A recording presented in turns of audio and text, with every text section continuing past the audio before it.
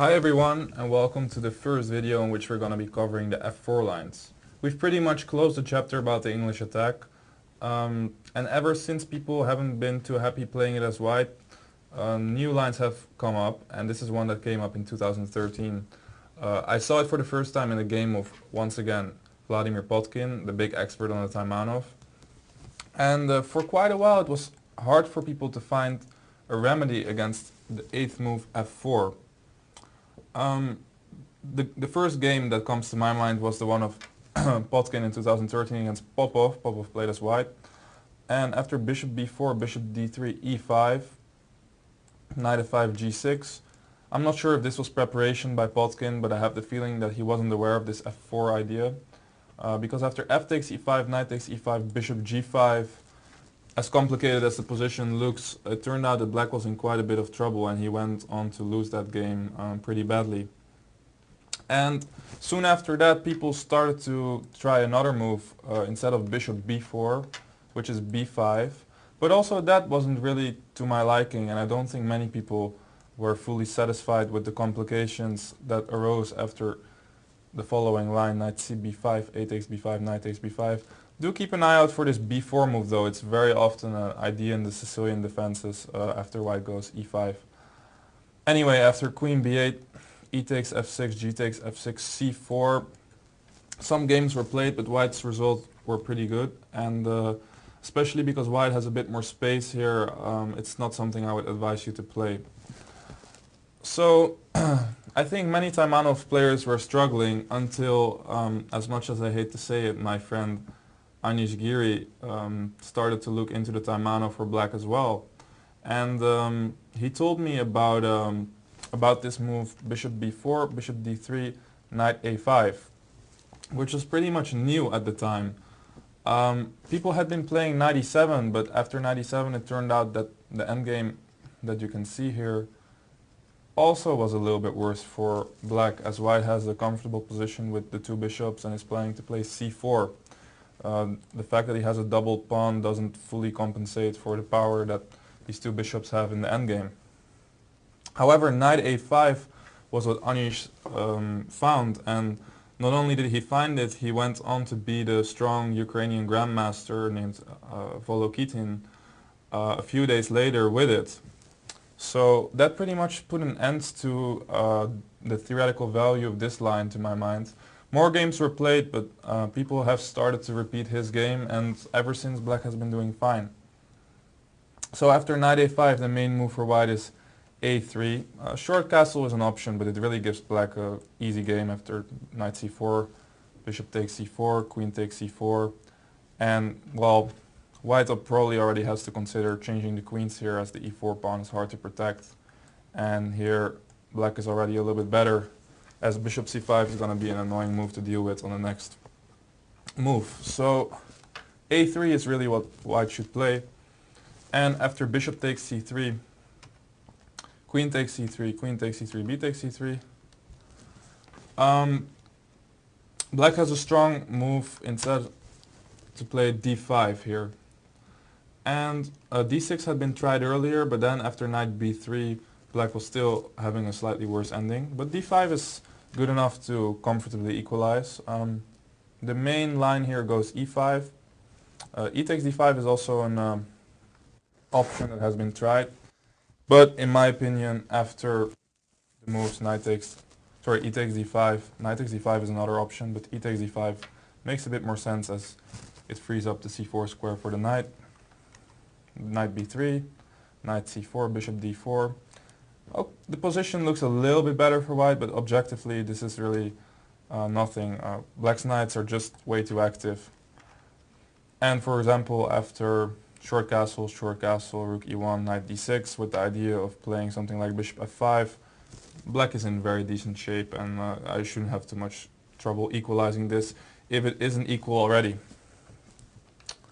Another move here for white would be the move knight c5, which after knight takes c5 takes on c5, bishop d7, king f2, in order to play some rook e1 check. Black can castle queenside, and once again he'll bring a rook to e8, maybe he'll put a bishop on a4, and I don't see where white's advantage should come from. So this is also equal. Um, the way Anish's game continued when he introduced this line was to move e5, and it's probably still a little bit more challenging than e takes d5. After knight e4, knight b3, knight c4, bishop takes c4, d takes c4, knight a5. At first it looks like black is in a little bit of trouble. The c4 pawn is hanging. b5 is not a move you want to play because after something like bishop d4 protecting the c3 pawn, white is pretty quick to start attacking the knight and develop his king, connect his rooks. And also he has this idea of a4 trying to attack this pawn chain, which is quite important. For example, f5, e takes f5, g takes f6, castle, castle, rook e1 is something I looked at. But after f5, which is almost forced, knight c6, white does have very nice squares for his pieces, and he still has the idea of a4. So even though it's not too much, it's not something I would advise you to play as white, as black. Instead, there is a very strong move here, which is bishop d7. Once again, very dynamic play. Black is willing to give up a pawn in order to rapidly develop his pieces. Here, white really has two options. Taking the pawns doesn't really bring too much. First of all, the c3 pawn is still hanging. And I guess after knight takes b7, bishop c6, black is doing really fine. So instead the move bishop d4 is what people have been playing. And after rook c8, once again protecting this pawn and leaving this pawn en prise. White generally takes on b7 at this point. Rook b1 is another option, but then b5 is fine as black just continues with something like king e7 followed by f5, which is a common move in this line. After f5 he could follow up with h6 and g5 and create some counterplay on the king side. So knight takes b7 is the move, and some more games are played here. In fact, Potkin himself played this way later on, improving on his previously mentioned game. After bishop c6, knight a5, bishop d5. White has a few alternatives on the way, but they're all not too dangerous. I think you can look them up in the ebook.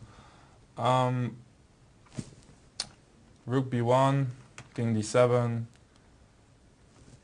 It looks a little bit dangerous to put the king out there, but the bishop does a very good job protecting all of these squares, and even something like rook b6, rook takes a6 is not necessarily something you have to worry about, because as soon as rook a8 would come, white would have a lot of trouble protecting the pieces on the a file. So really, the pieces do a really good job in order for the king to be activated on d7. And next on, like I said before, after something like king e2, f5, black is planning to gain counterplay with g5, which pretty much happened in Anish's game. I'm not sure if this is the exact version, but he managed to win the game by getting some play on the king side. And even though black's a pawn down, it doesn't really matter too much because it's only a double pawn. So after, let's say, rook b6, g5, takes on g5, there's a nice move, rook g8. And white cannot protect his pawn on h4, obviously, because knight g3 check. And around here I've stopped my analysis. Rook takes a6, f4. You can look this up once again in the ebook, and black has a really decent compensation. In fact, I would prefer to play this as black because his pieces are so active, and white especially has a hard job getting this knight into play. So even though I would say this line is a little bit drawish, black still won a couple of good games, and there's really no reason for white to try this, as he's not better at all in my opinion. So that's it for 8f4. It has a little bit of theoretical value, as it was kind of a problematic line for a while, but once again it has been solved. I think it was last year or even in 2013 itself, and ever since people haven't been too thrilled to play it, so I don't expect you to face it anytime soon, but it's good to know about it. Thanks for watching, and next on we'll be looking at the ninth move, f4.